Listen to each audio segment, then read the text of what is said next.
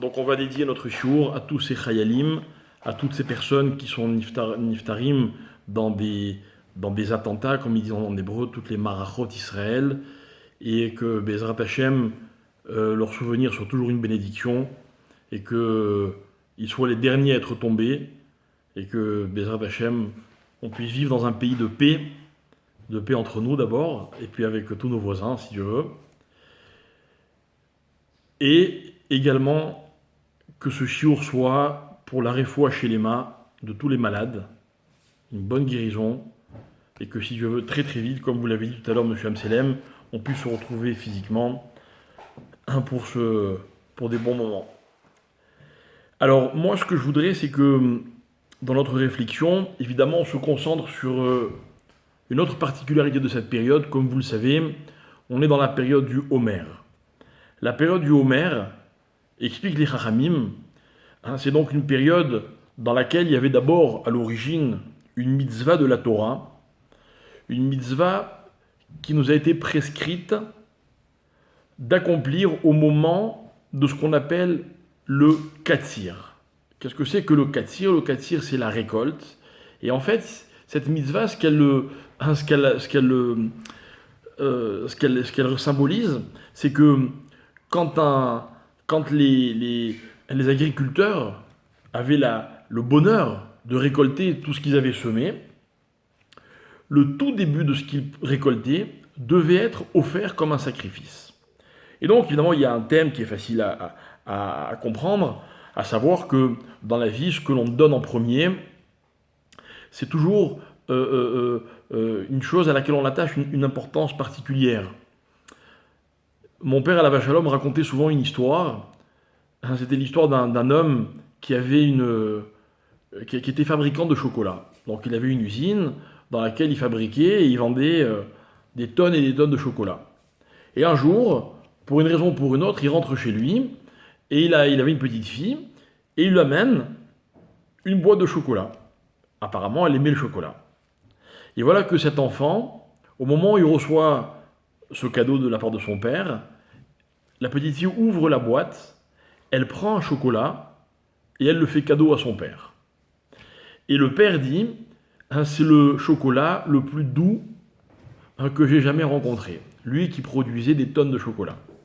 Et en fait, ce qu'Hachem attend de nous, c'est un peu la même chose. C'est que la première démarche que l'on fasse quand il s'agit de profiter de ce que l'on possède, et on va expliquer ce que c'est justement cette possession, eh bien c'est d'en faire cadeau d'abord à Akadosh Baruch Hu lui-même. C'est lui qui produit, c'est lui qui possède l'usine dans laquelle est fabriqué tout ce que nous possédons, et donc avant d'en profiter nous-mêmes, on lui offre une petite part, donc pour bien signifier cette symbolique. Le deuxième volet de cette mitzvah, comme tout le monde le sait, c'est qu'on se doit de compter tous les jours qui séparent la fête de Pessah à la fête de Shavuot. Et donc il y a comme dans le temps un espèce de processus qui va de la sortie d'Égypte, donc de cette liberté que nous avons vécue de façon un peu particulière cette année, vers le don de la Torah, qui est, comme vous le savez, le but de la sortie d'Égypte. C'est-à-dire que les Juifs sont sortis d'Égypte non pas juste pour être un peuple libre, comme le sont beaucoup de peuples dans l'humanité, ou l'ont été dans l'histoire, mais nous, on est sortis d'Égypte, on est devenu un peuple pour avoir une identité. Et cette identité, eh bien, justement, on la reçoit au moment du don de la Torah. Et donc, on se doit de compter, comme des échelons que l'on gravit, tous les jours qui nous rapprochent, qui nous amènent, qui vont nous conduire à ce moment extraordinaire de l'année qui est la fête de Shavuot, le moment où on reçoit la Torah. Donc, on est dans une période dans laquelle, je le répète mais avec des mots différents, dans laquelle nous comptons le temps. En effet, le temps est un processus. Je ne vous l'apprends pas, je sais que vous le savez, mais j'aimerais juste qu'on en revienne à la source. Et quelle est la source de ce qu'on est en train d'expliquer? C'est que lorsque Dieu crée le monde, la première notion qui va exister dans le monde, c'est la notion de temps. Et comment cette notion est prescrite ou retranscrite dans la Torah? C'est à travers le mot Bereshit. Bereshit qui veut dire au commencement. Et nous constatons donc que le temps est la première création de l'histoire, mais que le temps est défini par un mot qui indique la chronologie. Puisque qui dit Bereshit, qui dit commencement, début, dit forcément qu'il va y avoir une suite. Mais ce qui nous intéresse dans le moment de la création de l'existence des choses, c'est justement cette notion de chronologie. Parce que le temps est comme un repère. Le temps est un repère quand vous voulez vous souvenir de quelque chose. Pour que le souvenir soit précis, il est important de savoir quand ça s'est passé. Et donc on va trouver la date, on va dire ah oui c'était tel jour, c'était telle année, c'était quand il m'est arrivé ceci ou cela, quand j'avais tel âge. Ça veut dire qu'on va resituer l'événement, le souvenir, dans un temps qui s'inscrit dans une chronologie. Deuxièmement, la chronologie, c'est cet outil qui permet de valoriser les choses. Pourquoi je parle de valorisation? Parce que la chronologie, c'est ce qui va indiquer l'ordre des choses. Or, comme vous le savez, l'ordre a une importance capitale. Par exemple, dans les 10 commandements, il y a cette mitzvah bien connue qui est celle du respect des parents. Les parents, on leur doit le respect pas seulement parce que ce sont nos géniteurs, pas seulement parce qu'ils nous ont tout donné, même si cela aurait suffi comme raison, mais nos parents, en fait, ont existé avant nous. Ça veut dire que dans la chronologie, dans l'échelle des valeurs, ils sont situés au-dessus de nous, avant nous. Donc, on leur doit le respect. C'est comme ça, c'est une règle de la vie. Si j'étais là avant vous, ben forcément, j'ai une place qui est meilleure que la vôtre. Tout le monde comprend cette chose-là. Vous arrivez quelque part, vous vous rendez compte que d'autres vous ont précédé, ben vous admettez que vous êtes après eux. C'est ce qu'on appelle la chronologie.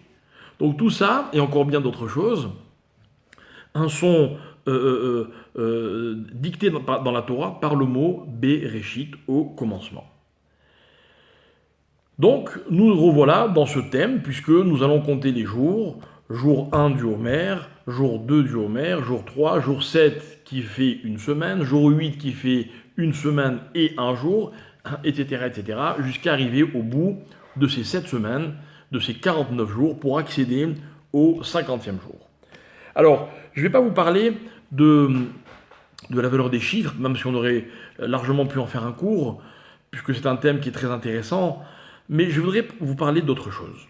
Je voudrais que, en fait, le fait de compter nous ramène à une autre idée, que je vais d'abord évoquer de façon très rapide et très superficielle, pour en fait arriver à mon idée, qui est mon idée principale de ce soir. Le principe, c'est le suivant. À quoi sert de compter? À quoi sert de compter? D'abord, est-ce bien ou mal de compter?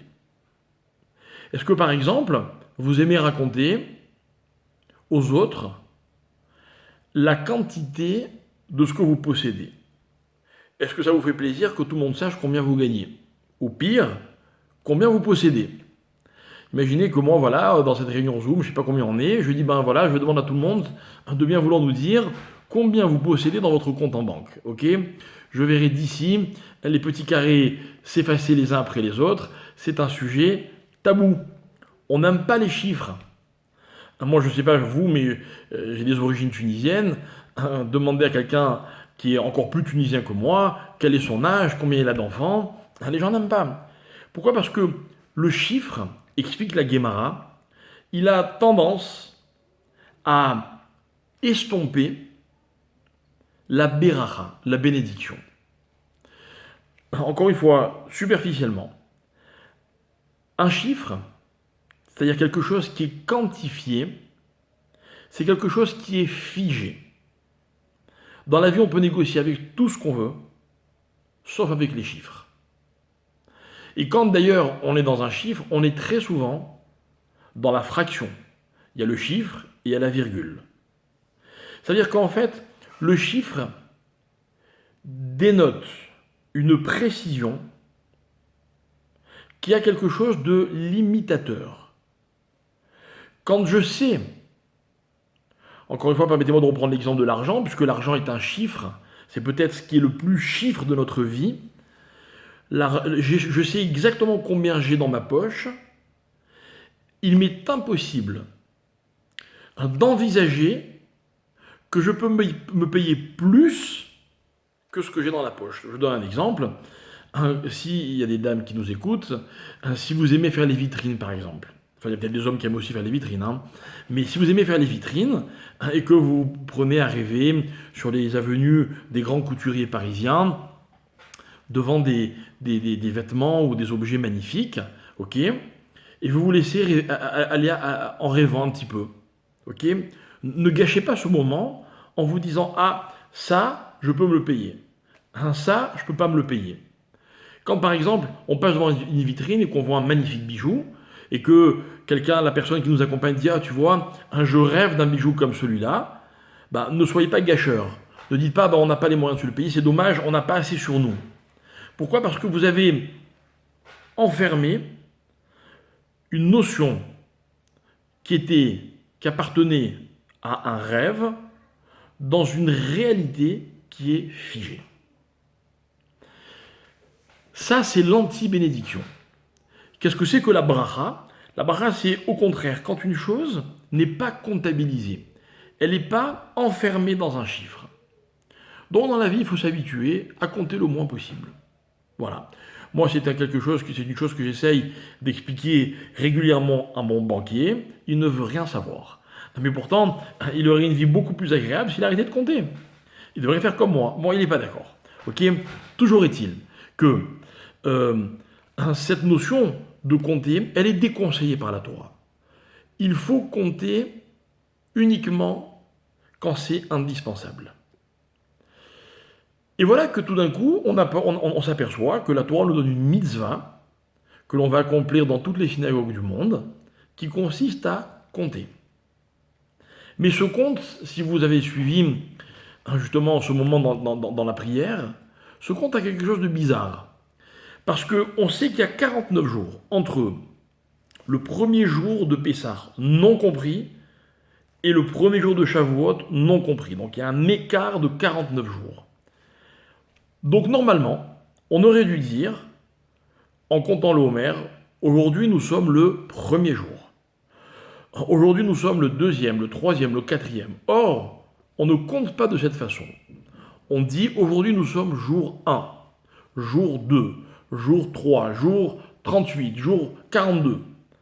C'est-à-dire que, en ne disant pas que le jour est le premier ou le deuxième, c'est comme si on voulait, en le comptant, le dissocier de l'ensemble duquel il fait partie. Et c'est contraire à la logique. Parce qu'en général, le fait de compter exprime la volonté d'intégrer un élément dans un ensemble. Ainsi, imaginons, un paysan a 10 vaches. Alors il va les compter 1, 2, 3, 4, 5 pour savoir si elles sont toutes là. C'est-à-dire pour savoir si son ensemble est au complet. Et puis quand un jour il va avoir une 11e vache, il va dire j'en ai dorénavant 11. Il y en a encore une qui fait partie de ce troupeau, de cet ensemble. Donc à quoi sert de compter si on ne relativise pas le chiffre par rapport à un ensemble ? C'est-à-dire qu'en fait, en comptant 1, 2, 3, 4 plutôt que premier, deuxième, troisième, on n'est pas dans l'addition, on est dans un autre compte. On est dans le compte de jours, au pluriel, qui sont chacun une entité qui semble indépendante de toutes les autres entités. Donc, quelle est cette logique ? On va essayer de l'expliquer. En tout cas, c'est comme ça d'ailleurs qu'on répond à la question que je vous ai posée tout à l'heure, c'est que si la Torah, si nos maîtres déconseillent de compter, parce que compter, ça éloigne la beracha, pourquoi existe-t-il des mitzvot qui consistent à compter ? Réponse, on ne compte pas dans les mitzvot pour rajouter, pour savoir combien on a, on compte pour se situer. D'accord? L'exemple que j'aime donner, c'est une mère qui compterait ses enfants qui sont assis autour de la table. Elle n'a pas besoin de les compter 1, 2, 3, 4 pour savoir combien il y en a. Il en manquerait un qu'elle se rendrait compte à la seconde, même si elle avait beaucoup d'enfants. Mais elle va prendre du plaisir à dire il y a mon premier, il y a mon second, pas dans le sens de premier, deuxième, troisième, mais il y a celui-ci et celui-là et celui-là. Comme si chacun était un monde à lui-même, c'est d'ailleurs le cas, et qu'elle voulait, elle avait plaisir à le rappeler. Donc nous, on va essayer de comprendre que, en fait, chacun des jours qui nous permettent d'aller de Pessah à Shavuot constitue une étape qui va être un événement, qui va être une occasion unique, indépendamment de toutes les autres, de tous les autres. Mais pour arriver à cette explication, nous allons faire quelques détours, mes chers amis, en espérant que vous resterez avec moi jusqu'au bout, puisque j'ai toujours rêvé de venir à Montrouge. Maintenant que j'y suis, je vais vous garder pendant au moins 4-5 heures. On va pas, ok, on va pas se presser. Avec plaisir. Ah bon, merci. Mais d'accord. Puisque vous avez dit avec plaisir, on restera qu'une heure ensemble. Un peu plus. Bien. Donc, on va faire quelques détours. Et ces détours, mes amis, on va commencer par un texte dans le Midrash. Vous savez que le Midrash est source de tellement d'inspiration. Et en fait, on est dans un Midrash, dans le livre de Bamidbar, qui va parler justement des biens que possédaient les tribus de Gad et de Réhouven, puisqu'au moment du partage de la terre d'Israël, Gad et Réhouven vont avoir une place un peu particulière. C'est une histoire un peu longue, je vais vous en faire l'économie tout de suite. Mais dans ce texte du Midrash, les Chachamim nous disent la chose suivante, écoutez bien cet enseignement, qui va vous paraître peut-être au premier regard un peu simpliste, mais évidemment qui est loin de l'être. Le texte dit comme ça, je cite, Halacha. Halacha, ça veut dire, c'est un fait, ok? On est dans un théorème. Shalosh matanot nivreu ba'olam. Dieu a créé, littéralement, 3 cadeaux dans le monde. Il y a 3 notions qui sont des cadeaux.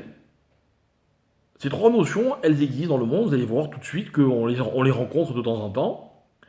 Et le texte continue en disant Zacha be'achat me'em natal chemdat kol ha'olam. Si une personne a mérité, a réussi à posséder l'une de ces 3 choses, l'une de ces 3 notions, il a conquis ce qu'il y avait de meilleur dans le monde.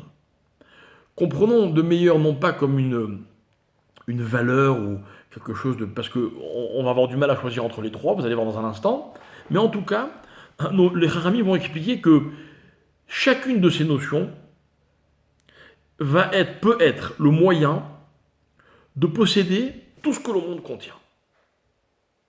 Alors de quoi s'agit-il? Alors écoutez bien, les 3 cadeaux sont Chochma,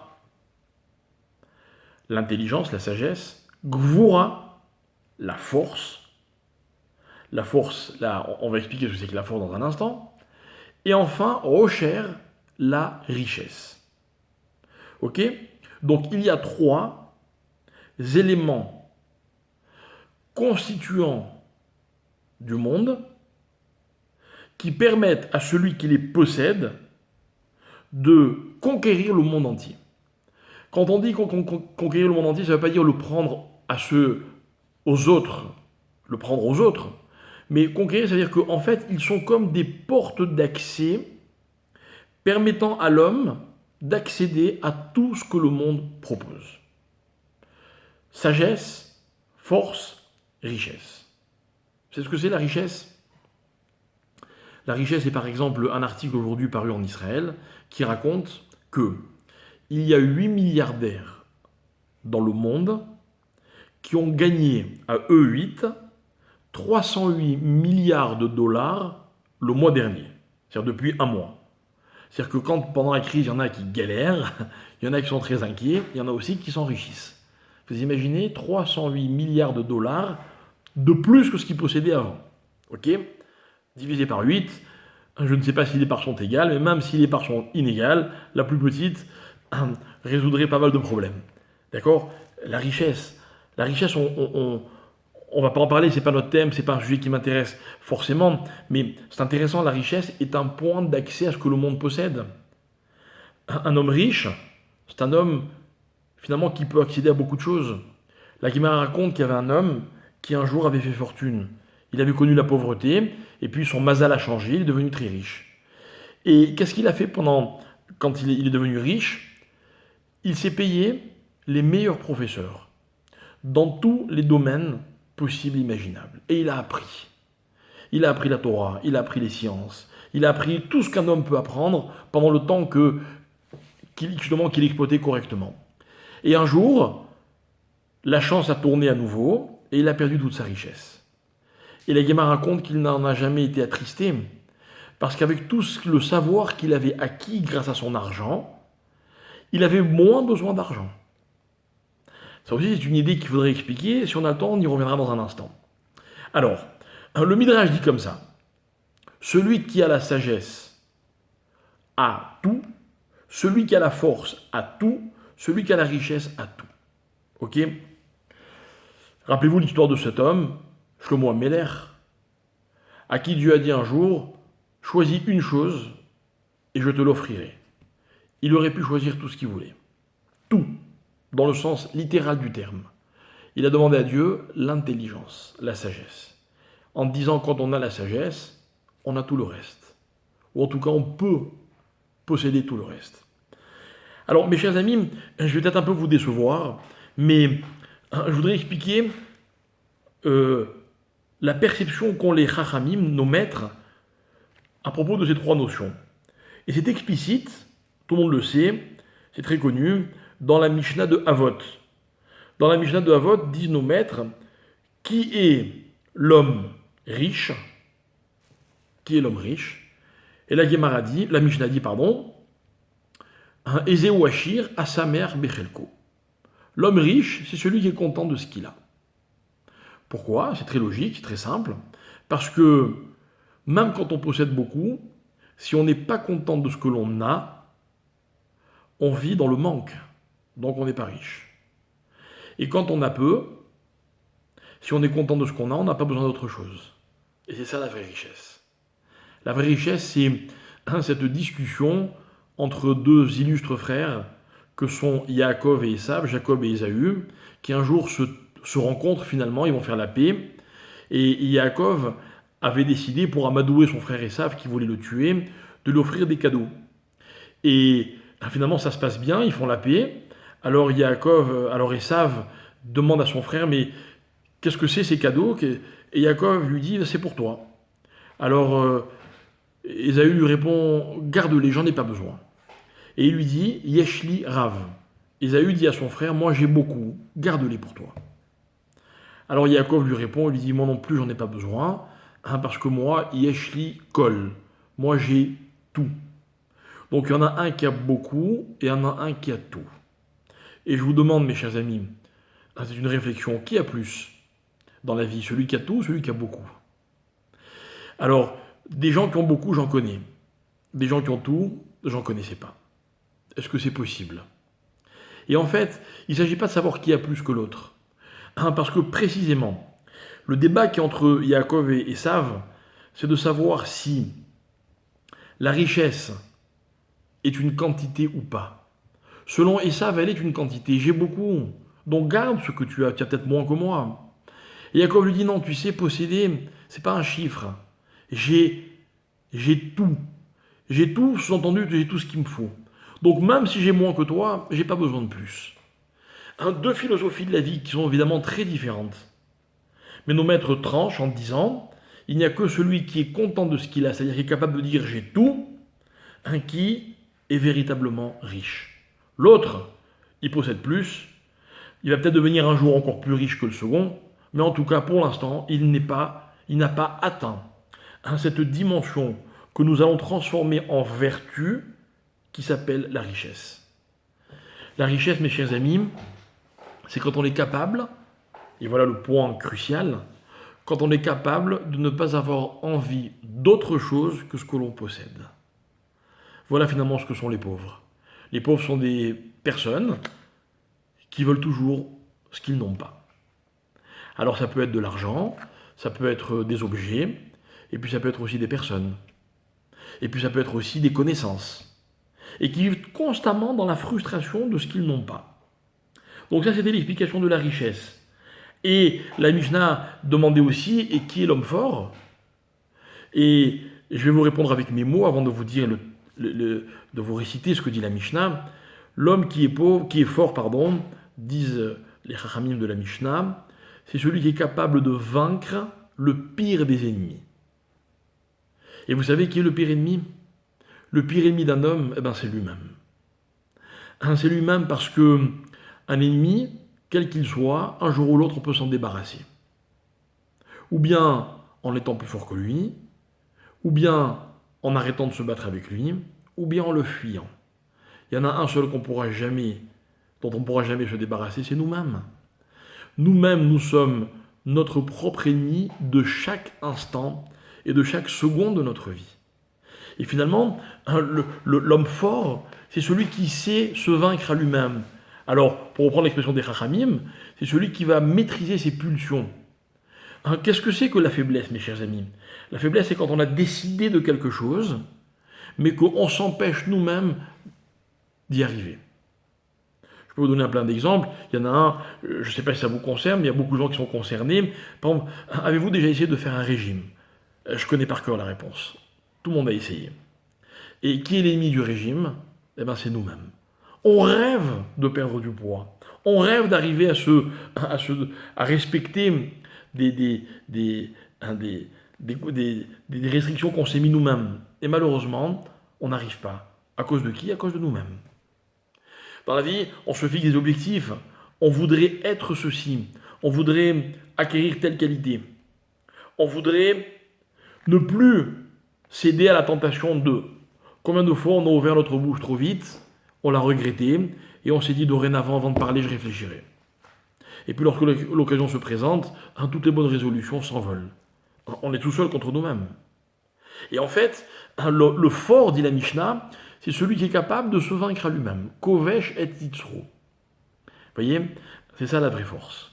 Donc jusqu'à présent, on a compris que le riche, celui à qui il manque rien, il peut conquérir le monde entier. Le fort, celui qui est capable de se maîtriser à lui-même, de se mesurer à lui-même, il peut aller là où il veut. Rien ne peut l'arrêter. Et enfin, la sagesse. La chorma. Alors, qu'est-ce que c'est que la chorma? Et la Mishnah dit, qui est le chacham? Et en fait, la Mishnah va répondre, Alomed Mikol Adam. Celui qui apprend de tout homme. Tout homme. Vous savez, mes chers amis, je ne vous apprendrai rien, mais c'est juste intéressant de le formuler de cette façon. Dans la vie, tout ce que l'on sait, c'est grâce à quelqu'un d'autre. Tout ce que l'on connaît, on l'a appris d'autrui.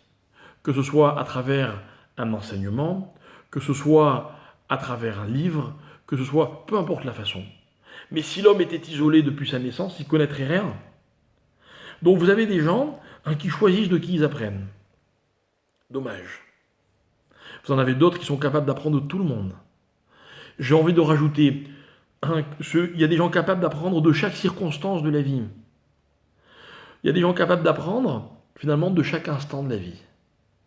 Eh bien, ceux-là apprennent tout le temps et forcément apprennent plus que les autres. Ils sont, selon le texte, les vrais sages.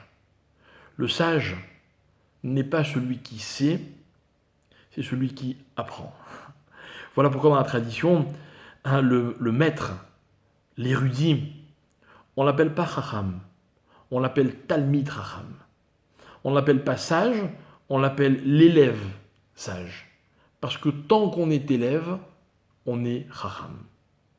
C'est extraordinaire de voir des gens, de croiser des fois dans la vie des gens qui sont très âgés, qui ont une expérience de la vie inouïe. Et pourtant, quand vous leur parlez, ils vous écoutent avec des grands yeux. Comme si vous veniez leur apprendre quelque chose, du haut de vos quelques années. Il m'est arrivé, moi personnellement, plusieurs fois de vivre cette expérience en côtoyant des grands chachamim, des grands rabbanim. Vous avez des noms qui vous disent sûrement quelque chose. J'ai connu dans ma vie, j'ai rencontré, on va dire, le Rav Steinman, le Rav Kanievski, que, si Dieu veut, qu'il ait une longue vie, mais aussi le Rav Obadiah Yosef, Alav Shalom, le Rav Eliashiv. C'était des vénérables vieillards qui ont atteint ou approché le siècle. Et pourtant, quand vous leur parliez,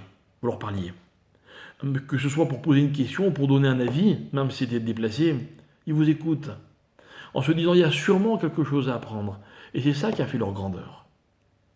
Donc finalement, mes chers amis, on a trois notions qui sont trois valeurs, à condition qu'on soit capable de les conjuguer convenablement. La valeur de la sagesse, qui appartient à ceux qui apprennent, la valeur de la force, qui appartient à ceux qui savent se maîtriser, et la valeur de la richesse, qui est réservée à ceux qui savent se contenter de ce qu'ils ont. Donc ceux-là sont tout le temps contents. Et voilà ce que le Midrash a voulu nous enseigner. Alors mes chers amis, on pourrait débattre pendant des heures sur ce qui vient d'être dit, mais je vais en donner une application un petit peu originale, en vous citant un autre texte, dans le Talmud cette fois-ci, dans la Gemara, dans le traité de Nida, en page 30. Là-bas, la Gemara cite un enseignement du Rav Samlai. Et cet enseignement est vraiment passionnant. Je suis sûr qu'il y a dans l'assistance des scientifiques, peut-être même des médecins, allez savoir s'il y a peut-être même des gynécologues. Et cette Mishnah, cette Gemara, va nous expliquer comment se développe l'embryon pendant les 9 mois de la grossesse. Et écoutez bien, mes chers amis, je vous invite à étudier ce texte. Je ne peux pas vous le citer entièrement parce que je ne voudrais pas que chaque phrase, qu'on bute sur chaque phrase, qui chacune est une idée extrêmement intéressante. Ce texte de la Gemara nous parle de tout, de la façon dont l'enfant se développe, quels sont les organes qui vont se développer avant les autres, quelle va être la position du fœtus. On va nous parler de la tête qui est entre les genoux, etc., pour nous donner que cet exemple. Et puis, la Gemara va dire avec des mots très simples. Et cet embryon mange ce que sa mère mange, boit ce que sa mère boit, etc., etc. Il n'y a pas de déjection de sa part. Et la Gemara ajoute de peur de mettre sa mère en danger. Ok ? C'est que l'enfant, finalement, il vit dans un espèce de vase clos, de système complètement hermétique. Ok ? Et la Gemara continue en disant, et lorsque l'enfant, littéralement, sort à l'ère du monde, donc lorsqu'il naît, alors tous les orifices vont s'ouvrir. Parce que sinon, on ne pourrait pas vivre même un seul instant. Voyons, on descend dans les détails, mais ce n'était pas ça que je voulais vous citer. Ce qui me paraît le plus passionnant, c'est la fin. À la fin, écoutez bien ce que dit, pas à la fin, mais presque à la fin, ce que dit le texte, il dit « Vener daluk lo al rocho ». Écoutez bien, parce que là, même les gynécologues ne pourront pas nous contredire. Le texte dit « Vener daluk » et il y a une lumière allumée littéralement, al rocho, sur sa tête. Ok ? Je ne pense pas que dans la meilleure des imageries possibles, grâce à la technologie, on puisse voir cette lumière. Pourtant, la Gemara en parle. Et à quoi sert cette lumière ? Écoutez bien. Vetsofé ou mabit. Et cette lumière permet à ce futur enfant de voir et d'observer, écoutez bien l'expression, misofa olam ve'at sofo. On va le traduire en disant d'un bout à l'autre du monde. Mais vous remarquerez que dans l'expression, il y a une anomalie. Misofa olam ve'at sofo, de la fin du monde jusqu'à la fin du monde. Alors en français, ça donne bien d'un bout à l'autre bout. Mais en fait, en hébreu, non, parce que sof, c'est la fin. Donc on comprend pas très bien ce que veut nous dire cette Gemara. Et puis en plus, quoi, franchement, vous croyez vraiment qu'un enfant qui n'est pas encore né, il voit le monde entier ? Que veut nous enseigner ce texte-là ? Et puis la Mishnah, la Gemara, va apporter à l'appui des preuves venant de versets, etc. Mais écoutez bien comment le texte termine. Le texte rajoute la chose suivante, il dit « Ve'ezeu yamim, sheyesh baem yerachim ve'en boshanim, et ve'omer, elu yarcheleda » Et la Gemara va expliquer que l'enfant vit dans un système qui est très particulier. Vous savez pourquoi ? Parce que dans ce système, il n'y a que des mois et il n'y a pas d'années. J'explique. L'existence de cette situation, de cet être très particulier, dure 9 mois, comme vous le savez. On va compter les mois. On va dire une maman, elle est enceinte, une future maman, elle est enceinte du premier mois, du deuxième mois, elle est rentrée dans tel mois, etc. Mais ça va rester que des mois. Pourquoi? Parce qu'il n'y aura pas d'année. Et avouez, accordez-moi que c'est quelque chose de particulier. Parce que normalement, les mois, quand on les additionne, vont constituer des années. Il n'y a pas d'autre existence humaine qui ne dure que des mois. C'est la seule. Donc, l'existence de celui qu'on appelle le oubar, d'accord? Donc le fœtus, l'embryon, on va appeler le bébé qui va bientôt naître, d'accord? Ne dure que des mois. Alors, évidemment, quand on lit ce texte, on le sait. On sait très bien que ça dure que 9 mois. Qu'est-ce qu'on veut nous enseigner? Qu'est-ce qu'on veut nous enseigner? Vous savez, quand on étudie la Torah, mes chers amis, c'est un petit peu comme quand on parle avec les autres. La sagesse, le génie du relationnel, ce n'est pas de comprendre ce que les gens disent, mais d'essayer de comprendre ce qu'ils veulent nous dire. C'est fou le nombre de conflits qui éclatent, qui durent entre les gens parce qu'ils ne se comprennent pas. Parce que dans notre perception des choses, on s'arrête aux mots en essayant de comprendre ce qu'ils veulent dire. Mais moi je vous invite, c'est évidemment une toute petite parenthèse, à essayer de nous habituer à ne pas comprendre seulement ce que les mots veulent dire, mais précisément à ce que les mots ne disent pas. Je vais vous raconter une histoire pour illustrer ce que je veux dire. Et en fait, c'était juste pour nous inciter à mieux comprendre, à mieux nous casser la tête pour comprendre les paroles des Chachamim. Vous savez, il m'est arrivé un jour, dans ma vie de rabbin, de recevoir un couple qui avait besoin de conseils. Malheureusement, entre eux, ça ne se passait pas très bien. Entre-temps, tout s'est arrangé, je vous rassure. Et puis, j'ai donc en face de moi le mari et la femme. Et puis, chacun me raconte ce qui se passe, pourquoi ça ne marche pas, qu'est-ce qui ne va pas, etc. Alors vous savez, dans ces moments-là, au début c'est agréable, c'est sympa parce que tout le monde est civilisé et chacun ne dit que des choses correctes. Puis au bout d'un moment, le ton monte, la discussion s'intensifie, et puis quand vous êtes le rabbin en face de ce couple, vous ne rêvez que d'une chose, c'est d'être ailleurs. Mais c'est pas possible, vous êtes là, vous devez les écouter. Alors, oui, mais il m'a dit ceci, oui, mais il m'a fait cela, oui, mais il m'a pas fait ceci, oui, mais il m'a pas dit cela, etc. Et puis au fur et à mesure, le ton monte. Et puis dans l'histoire que je vous raconte, le ton continue de monter. Et puis au bout d'un moment, tenez-vous bien, la dame me dit textuellement, vous comprenez, monsieur le rabbin? Il arrive même des fois qu'il soit violent. Alors évidemment, le mari sursaute. Il dit, mais comment peux-tu dire une chose pareille? Moi, mais je n'ai jamais été violent, mais enfin...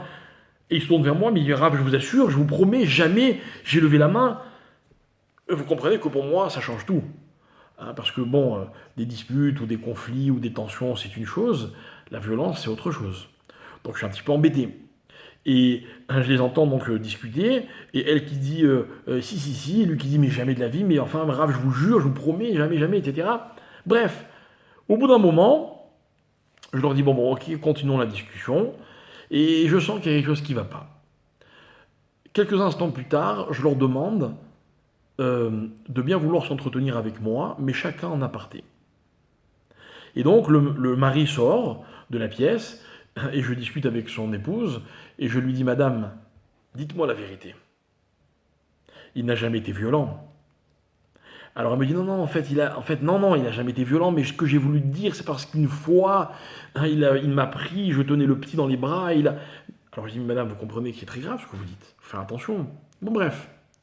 Quelques instants après, je me retrouve avec le mari, et je lui dis, ne vous inquiétez pas, je sais que vous n'avez jamais levé la main.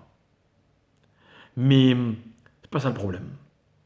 Le problème, c'est que je vous demande de vous poser une question. Qu'est-ce que votre femme a voulu que l'on comprenne quand elle a dit cette chose-là? Comprenez, mes chers amis, ce ne sont pas les mots qui sont les plus éloquents. C'est la volonté qu'il y a derrière les mots. Au-delà d'une parole exprimée, il y a une parole ou un silence qui n'est pas exprimé. Et c'est souvent celui-là qui a le plus de valeur. Et en fait, bien souvent, dans l'enseignement des Chachamim de la Gemara, on nous donne des images. Tout à l'heure, je vous ai parlé du Midrash, en vous disant que le Midrash était d'une source d'inspiration incroyable. Le Midrash, c'est souvent des images. Alors moi, je connais des gens qui disent « Ah non, moi, j'aime pas le Midrash, ils racontent des histoires qui sont incroyables, impossibles, peut-être. » Si on s'arrête à l'histoire. Mais au-delà d'une histoire, au-delà d'une allégorie, il y a un message. Et voilà que dans le texte que je viens de vous citer, on me parle d'un bébé qui n'est pas encore né, qui a une lumière sur la tête et qui aperçoit le monde dans son intégralité, d'un bout à l'autre. Mais on nous précise que cet enfant vit dans un système dans lequel il n'y a que des mois et il n'y a pas d'années. Et on terminera en nous disant, et lorsque l'enfant naît, lorsqu'il sort littéralement du ventre de sa maman, il y a un ange qui vient, qui lui met une petite tape sur la bouche, d'où la marque que nous avons tous sur la lèvre, et l'enfant oublie tout. Il oublie quoi? Et en fait, il oublie, je ne vous l'ai pas dit, que pendant les 9 mois de sa gestation, l'enfant va étudier la Torah. Il y a un ange avec lui. Voilà, même quand une maman n'attend pas de jumeaux, il y a toujours 2 personnes. Il y a le bébé et l'ange. Et en fait, pendant la période de la gestation, l'enfant va apprendre l'intégralité de la Torah. Mais, au moment de sa naissance, l'enfant va tout oublier. Voilà, mes chers amis, je ne sais pas l'âge que vous avez, il y a combien de temps que ça s'est passé, mais vous avez un jour connu toute la Torah. Mais vous l'avez oublié. Alors moi, je vous pose une question, à quoi ça sert? Pourquoi on nous apprend pour oublier juste après? Vous comprenez, c'est inexorable. On apprend tout, on oublie tout. Et en fait, il y a une idée qui est absolument, moi qui me passionne. C'est que ce qu'on veut nous enseigner, d'abord, dans l'ordre, parce qu'il y a plusieurs choses. La première chose qu'on nous enseigne, c'est que il y a apprendre, d'accord? Apprendre, c'est un système. Apprendre, c'est un mécanisme. Dans la vie, comme d'ailleurs avant la vie, l'homme est capable d'apprendre. Comme on le disait tout à l'heure à propos de la sagesse. Être capable d'apprendre, c'est magnifique. C'est magnifique. Regardez autour de vous. Il y a des gens qui sont plus capables d'apprendre que d'autres. Attention, ça n'a rien à voir avec les capacités intellectuelles, avec l'intelligence, comme on l'appelle de nos jours, vulgairement. Non, non. Il y a des gens très intelligents, mais qui ne savent pas apprendre. Vous rencontrerez des gens qui aiment qu'on leur fasse des reproches, d'autres qui ne supportent pas les reproches, d'autres qui disent « mais qui tu es toi pour m'enseigner », d'autres qui disent « moi je suis plus âgé que toi, mais moi je connais mieux, mais moi je connais plus », et des gens capables d'apprendre tout le temps, partout. Mais il n'y a pas que l'apprentissage, il y a une autre notion, malheureusement, qui vient, j'ai envie de dire, se télescoper avec la capacité d'apprendre. C'est l'oubli. L'oubli, c'est aussi une fatalité dans la vie. Alors là aussi, il y a des gens qui oublient plus, il y a des gens qui oublient plus vite, mais tout le monde oublie. Et ce qui est intéressant, c'est qu'il semblerait qu'avant la naissance, si l'enfant est capable d'apprendre toute la Torah, c'est qu'en fait, il n'oublie rien. Mais que dès qu'il va naître, dès qu'il va intégrer le monde dans lequel vous et moi on vit, ce monde terrestre, il va rentrer dans la dimension de l'oubli. Attention, l'oubli a ses vertus. L'oubli peut être un avantage extraordinaire. Vous imaginez si on était incapable d'oublier les émotions, les tristesses que l'on vit, ce serait insupportable. L'esprit ne pourrait pas contenir toute cette intensité. Je n'ai pas parlé de quantité. Alors Dieu nous a fait un cadeau magnifique, c'est l'oubli. Un jour on est triste, on est séparé de quelqu'un définitivement, on pense qu'on ne pourra jamais s'en remettre, et puis un jour on apprend à vivre avec. Et oui, Ça nous dérange, mais ça s'appelle oublier. On n'oublie pas complètement, mais on oublie toujours un peu. Et l'enfant, avant de naître, ne sait pas ce que c'est que l'oubli. Ça veut dire qu'en fait, la période qui précède la vie est une période dans laquelle les connaissances s'ajoutent les unes aux autres. Alors écoutez bien parce que je vais donner la définition de ce qui différencie ces deux périodes. La définition c'est la suivante, c'est que dans la vie telle que nous la connaissons, dans le fonctionnement du monde dans lequel nous évoluons, il y a une règle qui fait que les éléments s'additionnent. J'ai envie de dire, ils s'entassent les uns sur les autres. Et il est impératif de faire de la place. C'est pas possible. Je ne peux pas vivre avec tous mes souvenirs. Pour comprendre ce que j'apprends aujourd'hui, j'ai besoin intellectuellement d'abord de faire un vide. Donc j'oublie. Vous voyez, c'est le processus de la vie. Dans ma vie, une chose en remplace une autre. Aujourd'hui, vous êtes mon meilleur ami, ça peut changer demain. Et c'est important, c'est enrichissant aussi. Si on vivait tout le temps les mêmes expériences, et que jamais on se délestait de quoi que ce soit, eh bien, il manquerait à la vie une dimension qui s'appelle la nouveauté, le chidouche. Dans la façon de compter le temps, mes chers amis, il y a deux notions fondamentales qui s'appellent les mois et les années. Comment dit-on une année en hébreu? Shana. Un shana, c'est la même racine que le mot shnaïm, deux. Pourquoi? Parce que la Torah nous explique que les années sont identiques. Les années durent autant de temps, ok? Et elles sont répétitives. Le cycle du soleil, qui est le rythme selon lequel on fixe les années, est un rythme identique.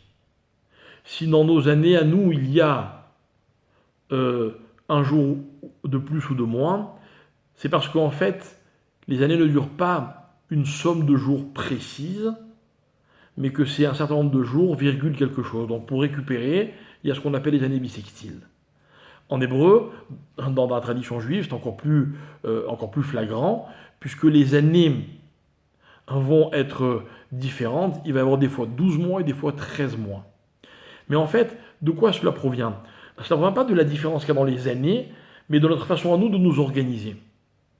Alors que les mois sont très différents. Pourquoi? Parce que le mois est une période de l'année dans laquelle il y a constamment une nouveauté. J'explique ce que je veux dire. Le cycle solaire, c'est un parcours. Le cycle lunaire, qui donne au mois leur origine, c'est une disparition et une réapparition. C'est quoi un mois lunaire? Un mois dans la tradition juive, c'est le temps d'un cycle lunaire. Or, c'est quoi un cycle lunaire? C'est quand une lune apparaît, même si elle est invisible à l'œil nu, et que progressivement elle augmente, pour arriver à ce qu'on appelle la pleine lune, et enfin pour rediminuer jusqu'à disparaître complètement. On est en fin de mois, et puis ça recommence. Ça veut dire qu'un mois, qui se dit en hébreu chodesh, chodesh c'est le même mot que chadash, qui veut dire la nouveauté. Un mois, c'est toujours un phénomène nouveau. La lune a disparu et il y a une nouvelle lune, comme on le dit d'ailleurs même en français, la nouvelle lune. Et en fait, lorsque la Gemara me disait que l'embryon vit une période dans laquelle il n'y a que des mois et il n'y a pas d'années, c'est parce que l'embryon, c'est le symbole de l'évolution. Pour un embryon, chaque seconde, c'est quelque chose de nouveau. Vous voyez, vous et moi, on a beau grandir dans une première phase de la vie, puis un jour on devient adulte, puis un jour on vieillit, mais finalement, d'une seconde à l'autre, on n'a pas l'impression que les choses changent. C'est normal. Vous avez vu combien d'années on a devant nous, ou derrière nous d'ailleurs? On dispose d'un temps qui est très long, il y a des années. Mais dans l'existence d'un embryon, il n'y a pas d'années, il n'y a que des mois. C'est-à-dire qu'on n'est que dans la dimension du chodesh, comprenons chadash, la nouveauté. Alors, Quelle est cette nouveauté que vit l'embryon? Eh bien, nos Chachamim nous expliquent. La nouveauté, c'est que l'embryon apprend constamment. Et là, je vous demande de bien me suivre, parce que c'est quoi apprendre? C'est quoi découvrir? Découvrir, c'est être capable, grâce aux événements de la vie, grâce à ce que je découvre, d'être nouveau à chaque instant. Et vous savez, si on parle de l'embryon, c'est parce qu'il est porteur de leçons. La leçon, c'est la suivante. On oublie dans nos vies individuelles de se sentir nouveau à chaque instant. On oublie notre capacité à apprendre constamment, jusqu'à la dernière seconde de vie, depuis la première seconde de la vie. On apprend. C'est-à-dire qu'on est capable constamment d'être nouveau. Suivez-moi bien. Quelqu'un qui apprend, c'est-à-dire qui vit dans ce processus de développement, de nouveauté, au moment où il apprend, pour pouvoir apprendre, il ne peut pas se permettre d'oublier le début. J'espère vivement, quand je vous parle, qu'au moment où je suis en train de développer ce que je veux partager avec vous, vous rappelez ce que j'ai dit au début, sinon ce n'est pas un enseignement. Je ne suis pas venu vous faire des phrases. Et c'est comme ça pour tout dans la vie. Eh bien, l'enfant, quand il vit, quand il progresse, quand il se développe dans le ventre de sa mère, il est en période qu'on a appelée dans la science la gestation, mais en fait, pour nous, il est dans la période de l'apprentissage. Il découvre. Et il va tout découvrir. Et voilà pourquoi la Gemara a expliqué que l'enfant voyait d'un bout à l'autre du monde. Parce que dans cette période de l'existence, dont vous et moi nous n'avons aucun souvenir, on a tout compris. On a compris les choses dans leur globalité. Tout comprendre, mes chers amis, c'est pas forcément tout savoir. Mais c'est connaître la relation qu'il y a entre toutes les choses.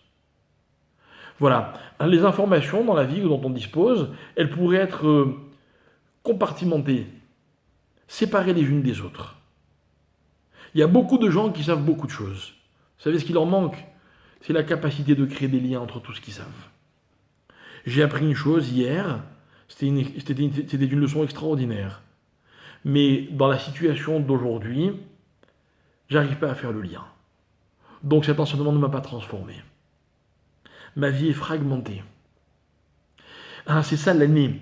L'année, ce sont des périodes qui se suivent et qui se ressemblent. Dans chaque année, il y a les mêmes saisons, les mêmes fêtes, les mêmes événements. Alors que dans chaque mois, il y a une nouvelle histoire. Chaque mois, c'est un autre signe du zodiaque. Chaque mois, c'est un autre chiffre. Chaque mois, c'est une autre lettre de l'alphabet hébraïque, et ainsi de suite. Et tant que je suis dans ce renouveau, dans cette nouveauté, je suis dans l'apprentissage, dans la découverte. Je suis donc dans une situation dans laquelle je me développe. Voilà ce que l'on apprend, mes chers amis, du bébé qui vient de naître. Mais, malheureusement, tout ça est impossible dans la vie à partir de la naissance. Ce n'est possible qu'avant la naissance. Avant la naissance, on n'oublie rien. Après la naissance, on oublie tout. Alors cet ange, qui nous a tout appris, vient et il nous frappe sur la bouche. Et moi j'ai une question. Et pourquoi juste sur la bouche? Et nos maîtres nous expliquent. Écoutez, comme c'est dit de façon intelligente, j'espère le répéter fidèlement. La bouche, disent nos Chachamim, je le tiens de mon maître, le Rav Moshe Shapira, la Shalom. La bouche, c'est un tout petit orifice par lequel on va essayer de faire passer des idées qui sont gigantesques, par laquelle on va exprimer des sentiments qui sont énormes. On a tous ressenti ça un jour. On a ressenti quelque chose de très fort, on a voulu l'exprimer, et on a été déçu par ce que l'on a dit. Et on s'est dit, mais enfin, comment l'autre peut comprendre ce que l'on ressent avec des mots aussi pauvres, aussi simples, aussi limités? C'est ça une bouche. Une bouche, c'est un tout petit orifice par lequel doivent passer des grandes choses. C'est ça l'oubli, mes chers amis. On oublie dans la vie parce que on ramène les choses à notre dimension, à notre propre dimension. Parce que des choses immenses n'ont d'importance, ne sont réelles que par rapport à ce que nous sommes. C'est ramener les choses à notre propre dimension. C'est-à-dire, c'est s'habituer aux choses, les adapter à ce que nous sommes, et constamment tout adapter à ce que nous sommes. Et quand un homme fait ce que je vous dis, malheureusement c'est notre cas à tous, alors évidemment, on sait pas mal de choses, on est tous un peu intelligents, on est tous un peu forts, on est tous un peu riches. C'est vrai, on est tous un peu riches. Parce que si, dans certains domaines, on voudrait avoir plus, mais il y a quand même des domaines où on est très content de ce que l'on a. Moi, je connais, la plupart des parents que je connaisse sont très heureux des enfants qui sont les leurs. Vous voyez? Donc on a tous au moins une richesse quelque part. Si ce n'est pas nos enfants, c'est nos parents. Si ce n'est pas nos parents, je suis sûr que les habitants de Montrouge adorent Montrouge. Ok, il y a une équipe de foot à Montrouge? Non, je suis pas sûr. Ok, moi par exemple, je suis Marseillais, vous voyez. Quand on est Marseillais, on aime l'équipe de foot de l'OM. C'est comme ça. C'est ça la richesse dans la vie. Alors, ça, c'est quand notre vie nous permet de rajouter constamment. C'est-à-dire de percevoir chaque moment, chaque expérience, chaque élément de la vie comme une valeur que l'on peut rajouter à ce que l'on est. Mais on est d'abord une valeur. C'est-à-dire que les choses n'ont de valeur que par rapport à la relation que j'établis avec elles. Ce que je viens de vous dire, mes chers amis, ça va être le début de notre conclusion, mais c'est à la fois la grandeur et la petitesse de l'homme. Je vous disais il y a un instant que malheureusement, l'homme a tendance à valoriser les éléments par rapport à ce qu'il est. C'est vrai qu'on ramène tout à nous-mêmes, c'est vrai. Mais d'un autre côté, les choses ne sont que grâce à la relation que j'établis avec elles. Voilà, si j'ai un voisin qui possède beaucoup plus que moi, ça pourrait me rendre malheureux. Mais si j'ai aucune relation avec ce qu'il possède, il n'y a aucune raison que ça me rende malheureux. Et en fait, la finesse, ça va de savoir, dans ma vie, avec quoi je peux établir des relations et avec quoi je ne peux pas établir des relations. Ça va demander un savant calcul, mais je vais vous y aider très rapidement, vous allez voir. Par exemple, la force. La force, c'est quand on est capable de se concentrer sur le seul vrai problème, c'est-à-dire nous-mêmes. On n'est pas fort quand on se mesure aux autres. Je vais d'ailleurs vous donner une toute petite preuve.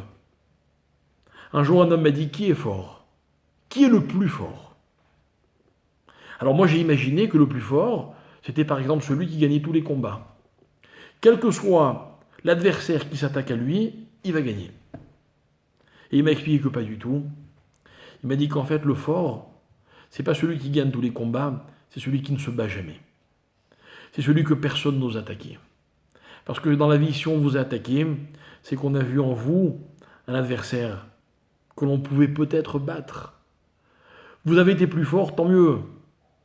Mais vous n'êtes pas assez fort pour qu'on ne vous attaque pas. Ça veut dire qu'en fait, la force ne se mesure pas par rapport aux autres, se mesure par rapport à nous-mêmes.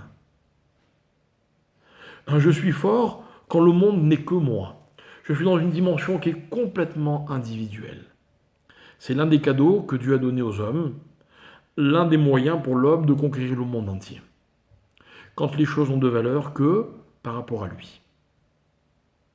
C'est une perception, c'est une équation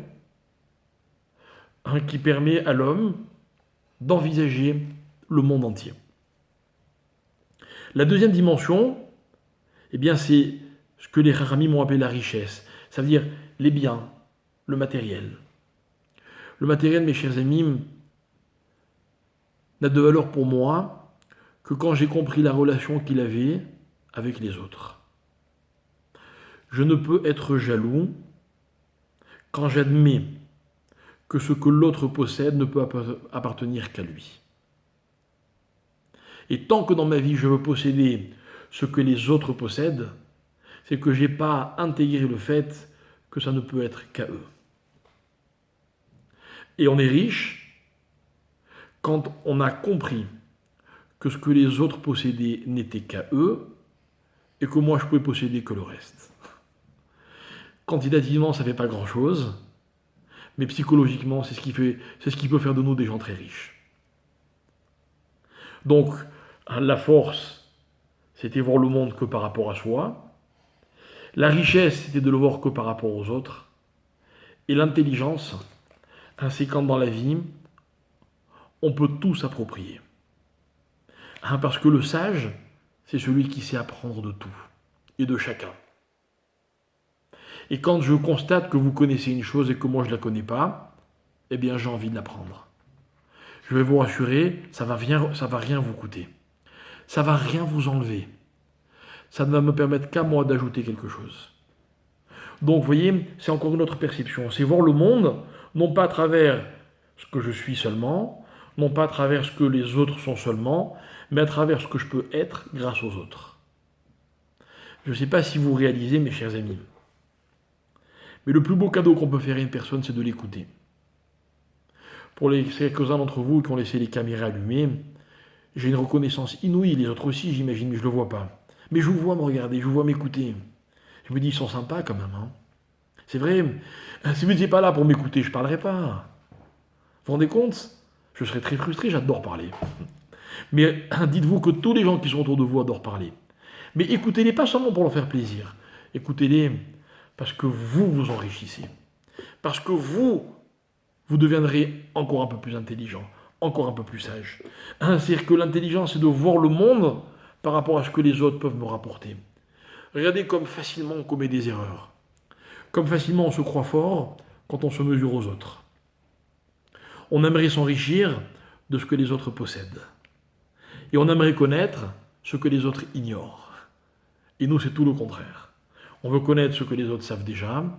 On veut posséder ce que personne d'autre ne possède. Et on veut être, par rapport à nous-mêmes, sans nous mesurer à qui que ce soit. Voilà ce que c'est que la force. Et ça, c'est possible quand dans la vie, on considère chaque expérience de la vie comme une nouveauté, comme une découverte. Si un jour je découvre ce que vous possédez, ce sera une découverte. Parce que ça restera à vous et je l'aurai découvert. Et vous savez ce que c'est que... Vous savez quel est le meilleur moyen de se préserver du mauvais œil? C'est quand on est capable de faire profiter aux autres ce que l'on possède sans leur donner envie. Il faut bien que ce soit à double sens. Je ne peux pas être un tzaddik tout seul si vous ne m'y aidez pas. Moi, je veux bien ne pas être jaloux de ce que les autres possèdent, mais à condition qu'à travers ce qu'ils possèdent, ils n'essaient pas non plus, eux, de me rendre jaloux. Vous voyez, l'intelligence, la sagesse, c'est pareil. Si un jour vous vous sentez supérieur aux autres parce que vous en savez plus, c'est que vous avez juste oublié que votre responsabilité, c'était de le partager avec les autres. Si un jour, vous vous sentez fort que grâce aux autres, que parce que vous êtes plus fort que les autres, eh bien je vous rappellerai ce que peu de rabbins vous diront, vous avez oublié qu'il fallait être aussi un peu égoïste dans la vie. Il fallait être aussi capable de ne voir le monde que par rapport à nous. On a besoin de ces trois dimensions. Voilà pourquoi ce sont trois cadeaux, trois possibilités qui donnent à l'homme le moyen de conquérir le monde dans son intégralité. Rappelez-vous ce que disait le texte, Zacha Bachochma, Zacha Bakol. Celui qui a mérité la sagesse, il a tout mérité. Avec la sagesse, je peux arriver partout. Avec la richesse, comme on l'a expliqué. Avec la force, comme on l'a expliqué aussi.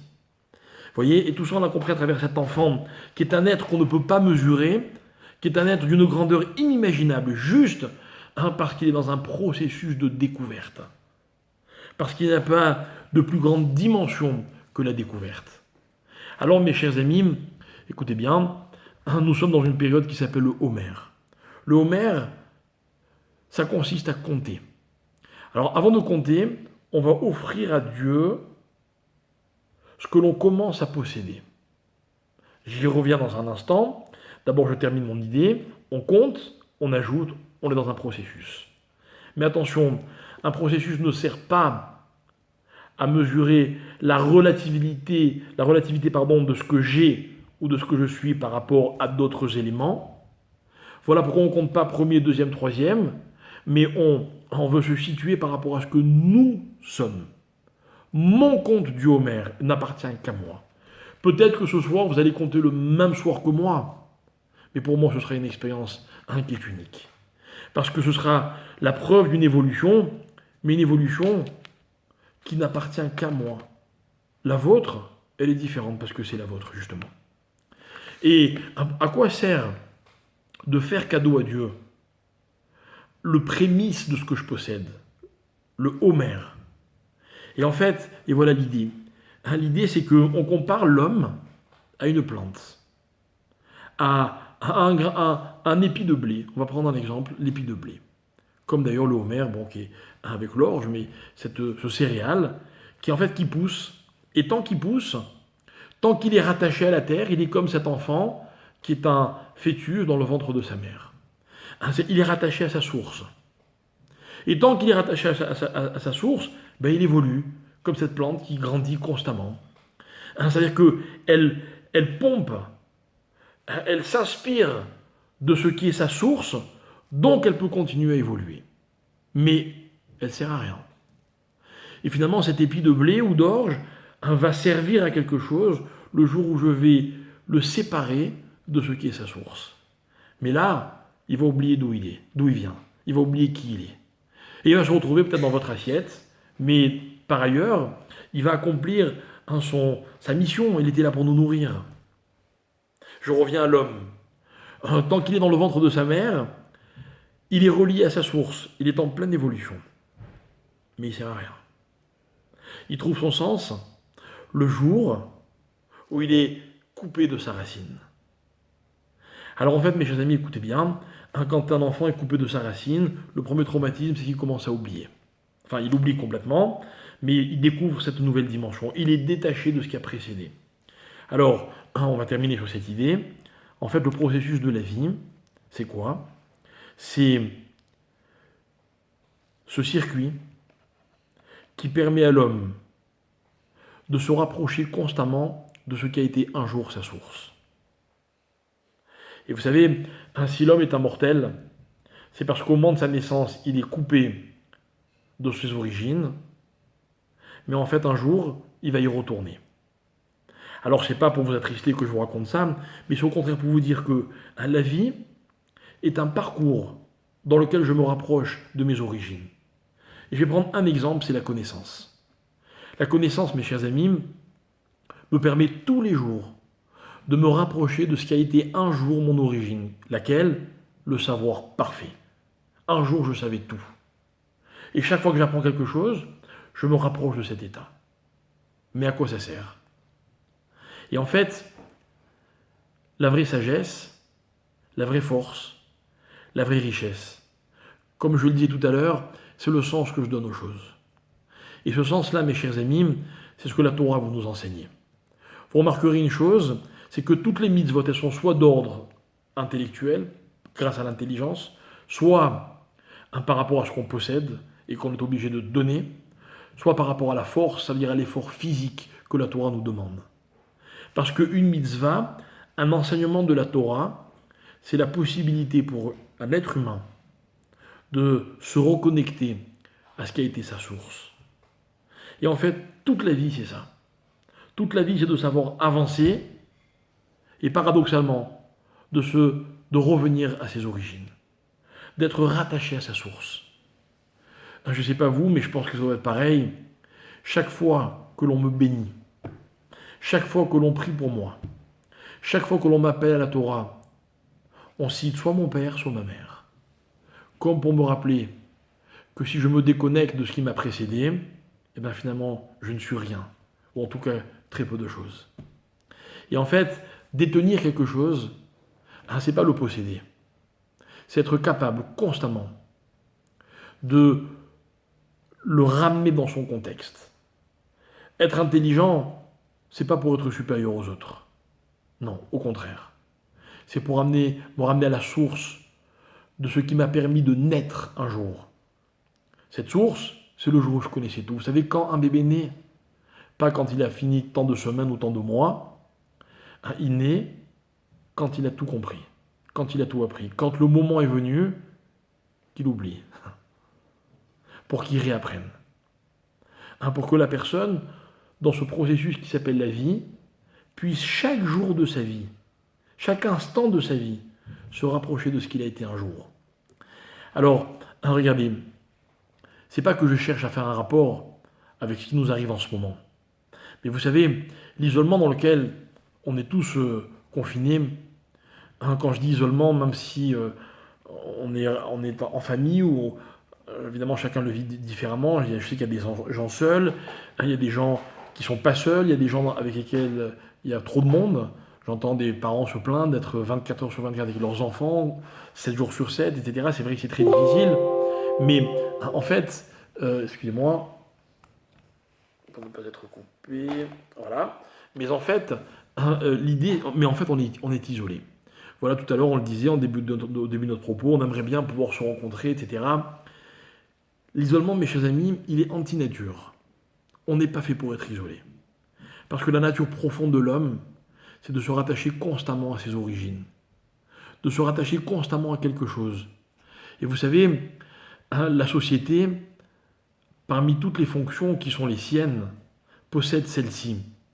C'est que la société nous permet de rencontrer constamment des gens qui nous semblent différents, mais qui finalement ont beaucoup de points communs avec nous-mêmes. Et la différence entre quelqu'un qui est isolé et quelqu'un qui n'est pas isolé, c'est que quand on est isolé, on a l'impression que ce que l'on vit, on le vit seul.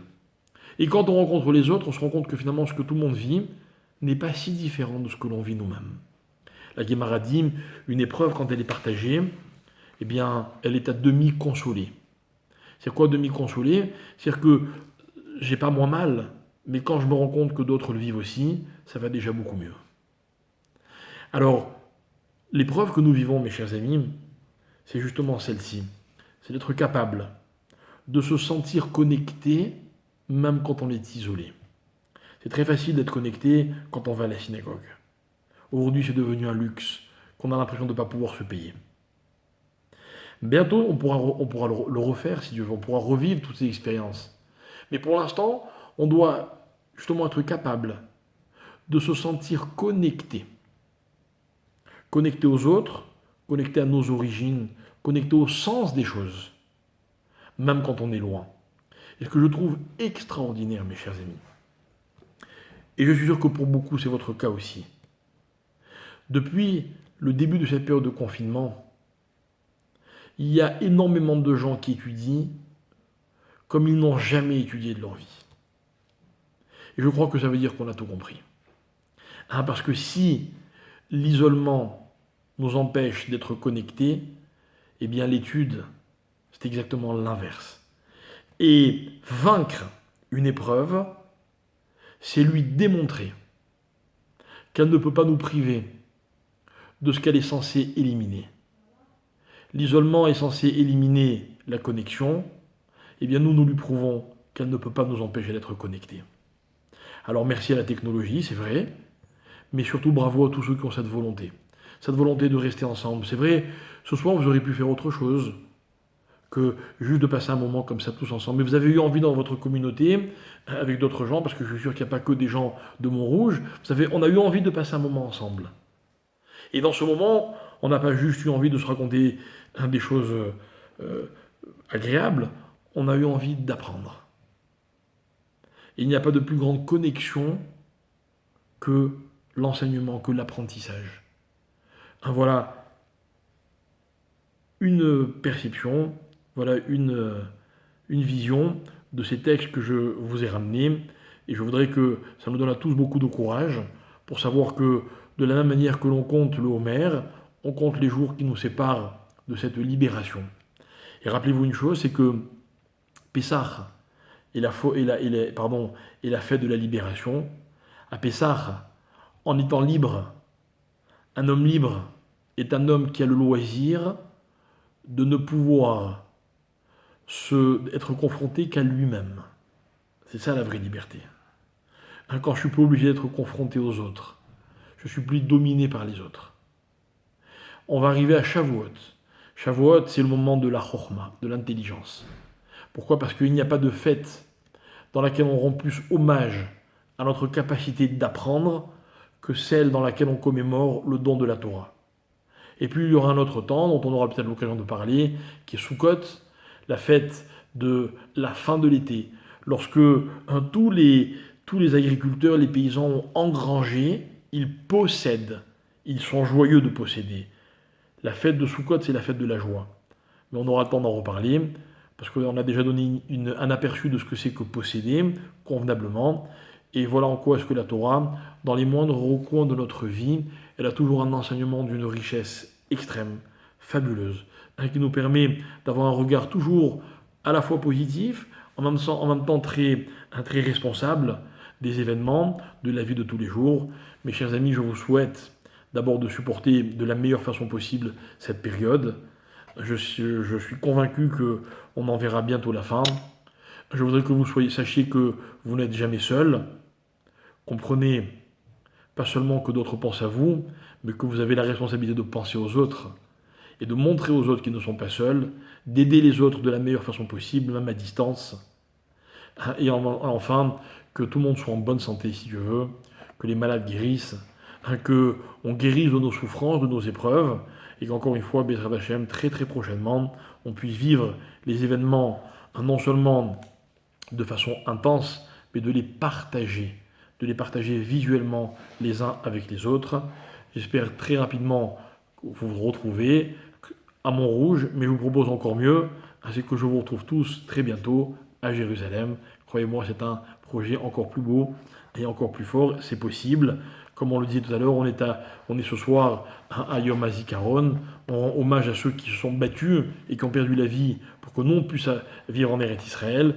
Demain soir, ce sera un Yom HaTzmaout, un moment dans lequel il est le temps de réfléchir et d'apprécier, de pouvoir aller, de pouvoir vivre, de pouvoir exister grâce à la terre d'Israël.